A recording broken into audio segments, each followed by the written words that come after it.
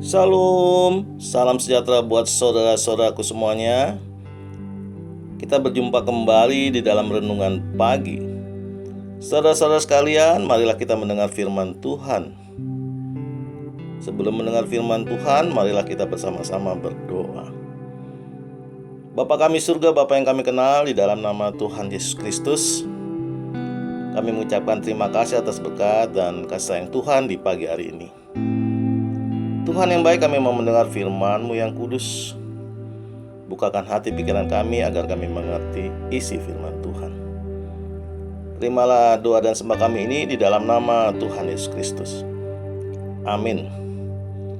Saudara-saudaraku yang terkasih, renungan pagi hari ini diambil dari kitab 1 Samuel pasal 2 ayat 6 dengan tema Tuhan yang mematikan dan menghidupkan.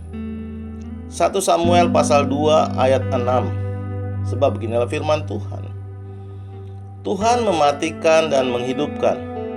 Ia menurunkan ke dalam dunia orang mati dan mengangkat dari sana. Demikianlah pembacaan firman Tuhan.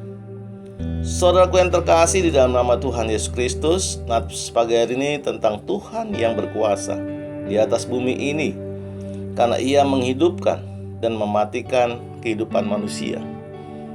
Hal itu yang dirasakan atau dihayati oleh seorang perempuan bernama Hana di dalam sakit hatinya dan perasaannya yang sedih bahwa ia tidak mempunyai anak dari suaminya yang bernama Elkana, seorang Efraim. Sedangkan madunya Penina mempunyai anak. Di dalam tangisnya ia berdoa dengan sungguh-sungguh dan berharap kepada Tuhan untuk memperoleh apa yang diinginkan dan dicita-citakannya. Ia pengenalan Hana yang luar biasa kepada Tuhan, dan ia tahu Tuhan berdaulat atas hidup dan matinya manusia, dan Tuhan yang memegang nyawa setiap orang. Hembusan napas manusia berasal dari Tuhan. Jadi nyawa setiap makhluk hidup ada di tangan Tuhan. Tuhan yang memberikan nafas dan juga mengambil nyawa setiap orang untuk kembali kepadanya. Saudaraku, mari kita dengar firman Tuhan di ayat 6 sampai dengan ayat 10 di pasal 2 kitab 1 Samuel ini tentang kekuasaan Tuhan. Tuhan mematikan dan menghidupkan. Ia menurunkan ke dalam dunia orang mati dan mengangkat dari sana. Tuhan membuat miskin dan membuat kaya. Ia merendahkan dan meninggikan juga. Ia menegakkan orang yang hina dari dalam debu dan mengangkat orang yang miskin dari lumpur untuk mendudukan dia bersama-sama dengan para bangsawan dan membuat dia memiliki kursi kehormatan. Sebab Tuhan mempunyai alas bumi dan di atasnya ia menaruh daratan. Langkah kaki orang-orang yang dikasihinya dilindunginya, tetapi orang-orang fasik akan mati binasa dalam kegelapan. Sebab bukan oleh karena kekuatannya sendiri seseorang berkuasa. Orang yang berbantah dengan Tuhan akan dihancurkan atas mereka. Ia mengguntur di langit. Tuhan mengadili bumi sampai ke ujung-ujungnya. Ia memberi kekuatan kepada raja yang diangkatnya dan meninggikan tanduk kekuatan orang yang diurapinya. Demikianlah pembacaannya.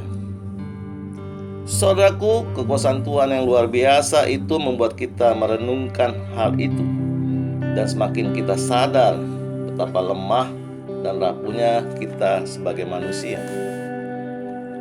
Jika ada orang yang merasa atau menganggap diri kuat, hebat, kaya raya, mempunyai harta berlimpah, lalu atau bila Tuhan akan menghendaki nyawanya, semuanya itu tidak dapat menolongnya, dan semuanya akan tinggal juga. Saudaraku, di pagi hari ini, seperti iman dari seorang perempuan bernama Hana, marilah di dalam pergumulan hidup kita secara pribadi kita ucapkan syukur kepada pemberian Tuhan dan selalu berdoa kepadanya. Amin. Tuhan Yesus memberkati. Kita tutup renungan pagi hari ini dengan berdoa. Tuhan, terima kasih atas berkat Tuhan di pagi hari ini. Kami boleh dan masih bernapas. Tuhan masih menghidupkan kami. Ampuni akan salah kami Tuhan, agar kami juga dilayakkan Tuhan hidup di dunia ini. Tuhan, kiranya Engkau juga memberkati hidup kami di dalam kesulitan kami, kesusahan kami. Berkatilah dan lindungi kami sepanjang hari-hari kami dan hidup kami. Kami merenungkan betapa lemah dan rapuhnya kami sebagai manusia. Berilah kekuatan dari Engkau ya Tuhan. Kami percaya hidup dan mati kami di dalam nama Tuhan Yesus Kristus. Terimalah doa dan sembah kami ini di dalam nama Tuhan Yesus Kristus. Amin. Saudara-saudaraku yang terkasih, kita percaya renungan pagi hari ini menjadi sumber berkat dan sumber kasih untuk kita. Shalom.